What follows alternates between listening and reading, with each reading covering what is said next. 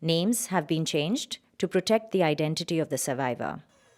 A village in Uttarakhand state in India, Shabana, a mother, speaks.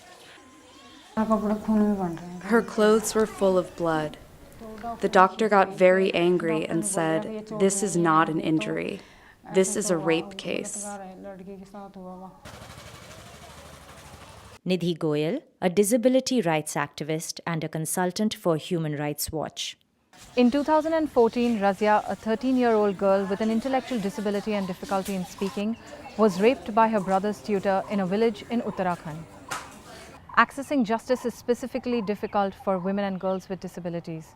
They lack the support that they need at every stage of the process to seek justice, reporting abuse to the police, accessing medical care, navigating the court system, and obtaining compensation. The boy's family was offering money, but our family members wanted justice. In this case, the court-assigned lawyer had no experience handling cases of girls and women with disabilities. Rizwan Fahim, a lawyer at the Latika Foundation, a local NGO, stepped in to help. We were told by the family that the police were not taking any action against the accused. And we were also told that the accused was still roaming free in the village.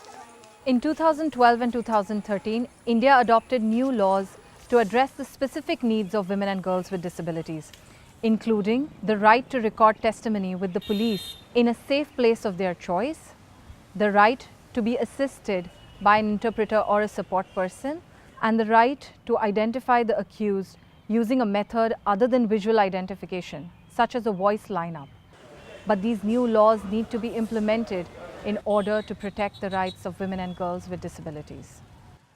The police wrote that the victim was unable to give a statement likely due to trauma, but it was because of her intellectual disability. Mamta Govil, a social worker for the Latika Foundation. She had speech, but she was not able to communicate very clearly. And it was not easy to establish what had happened. It took a long time. The counselor used a doll, and this child was able to tell us exactly what had happened. The new laws cover steps that the police, hospital personnel, judicial officers and judges should take to support women and girls with disabilities. In this case, the laws were violated. Razia was made to sit in the same waiting area as the suspect during the DNA testing. The victim's mother was sitting between her and the accused.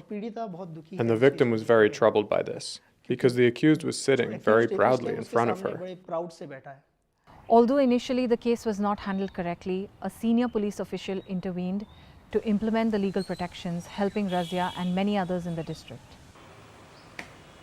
Sanjay Gunjayal, Inspector General of Uttarakhand Police.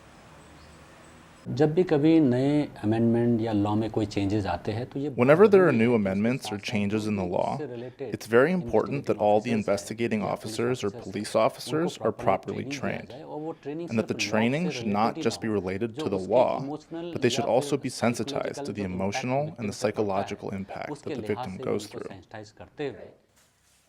Wasim, Razia's father.